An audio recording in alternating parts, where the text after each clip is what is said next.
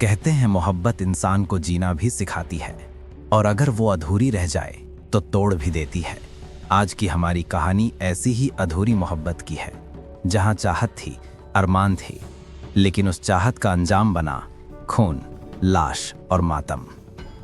ये कहानी है उत्तर प्रदेश के बागपत जिले की, जहां एक 15 साल की मासूम लड़की के सपनों को, उसकी मुस्कान को उसके ही अपने ने हमेशा के लिए छीन लिया।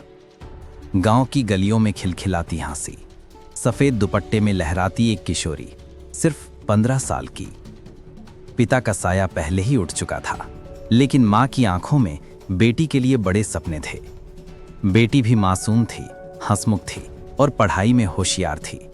कभी पेड़ों के नीचे किताबें पढ़ना, कभी सहेलियों के संग खिलखिलाना, उसके जीवन की यही छोटी छोटी खुशियां थीं।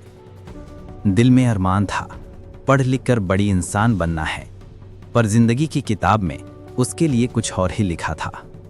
गांव का ही 17 साल का किशोर, उसका चचेरा भाई, आंखों में अजीब सी चमक, दिल में अजीब सी ख्वाहिशें। वो अक्सर चुपचाप उस लड़की को निहारा करता। उसकी हंसी, उसके कदमों की आहट, सब पर उसकी नजर रहती।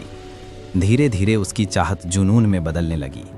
पर यह चाहत मोहब्बत नहीं थी, ये हवस और जिद का मिला जुला खेल थी।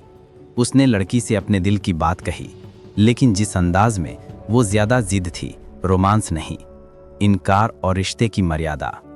मासूम लड़की का जवाब साफ था, तुम मेरे भाई जैसे हो, ये सब गलत है, अगर दोबारा ऐसा किया तो मैं सबको बता दूंगी।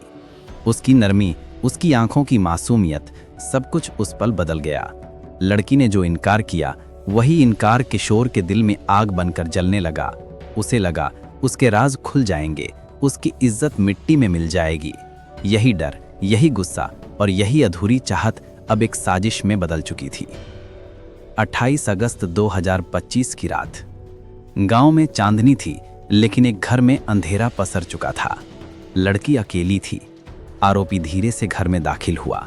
उसने फिर कोशिश की, लड़की को पास खींचने की, उसके होठों पर नाम लिखने की, लेकिन लड़की का इनकार और उसकी चीखें उस कमरे में गूंज उठी। उसने कहा, मैं सबको बता दूंगी। बस यही वो पल था जहां चाहत पागलपन में बदल गई और रोमांस हत्या में। उसने पास रखा गैस सिलेंडर उठाया और लड़की के सिर पर दे मारा।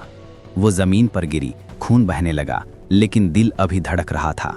फिर आरोपी ने फावड़ा उठाया और उसके सिर और पैरों पर बेरहमी से वार करता गया। पलकों में सपने, होठों पर मुस्कान, जिंदगी की सारी उम्मीदें, सब कुछ वहीं खत्म हो गया। प्यार जब सच्चा होता है तो लोग फूलों में छिपाते हैं, लेकिन यहाँ एक तरफा प्यार की लाश छुपाई गई। गांव के घर के कमरे में 1 फुट गहरे गड्ढे में। आरोपी ने जल्दी से गड्ढा खोदा, लड़की के जिस्म को उसमें दबा दिया और ऊपर चारपाई रख दी। वो सोच रहा था कि अब उसका राज हमेशा के लिए दफन हो जाएगा, लेकिन सच कभी नहीं मरता। सच कब्र से भी बाहर निकल आता है। माँ का दर्द और सच का उजागर होना। अगले दिन लड़की घर से गायब थी।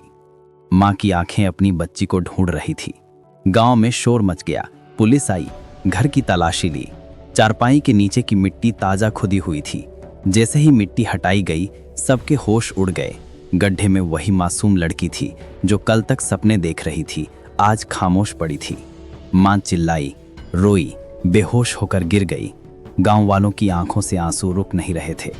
पुलिस ने आरोपी को पकड़ लिया, पूछताछ हुई और उसने सब कबूल कर लिया। उसके शब्द कांपते हुए निकले, मैं उससे प्यार करता था, उसने इनकार किया, धमकी दी, मैंने गुस्से में मार डाला। आरोपी नाबालिग है, सिर्फ 17 साल का। कानून कहता है नाबालिग को जुवेनाइल जस्टिस एक्ट के तहत सजा मिलेगी, लेकिन उसका अपराध इतना बड़ा है कि कोर्ट उसे बालिग मानकर भी सजा दे सकता है। सवाल जो रह गए अधूरे। दोस्तों, ये कहानी सिर्फ एक हत्या की नहीं है, ये एक अधूरी मोहब्बत की कहानी है, जहां प्यार की जगह जिद ने ले ली, जहां रिश्ते की मर्यादा टूट गई, जहां ना का सम्मान नहीं किया गया। हम सबको ये सिखाना होगा कि प्यार इज्जत है, मजबूरी नहीं। अगर सामने वाला इनकार करे तो उस ना का सम्मान करना ही असली मोहब्बत है। दोस्तों, ये थी बागपत की वो दर्दनाक मोहब्बत की कहानी, जहां चाहत तो थी लेकिन अंजाम बना मौत। आपको क्या लगता है, ऐसे मामलों को रोकने के लिए समाज को क्या बदलना चाहिए? अपनी राय कमेंट में ज़रूर लिखें।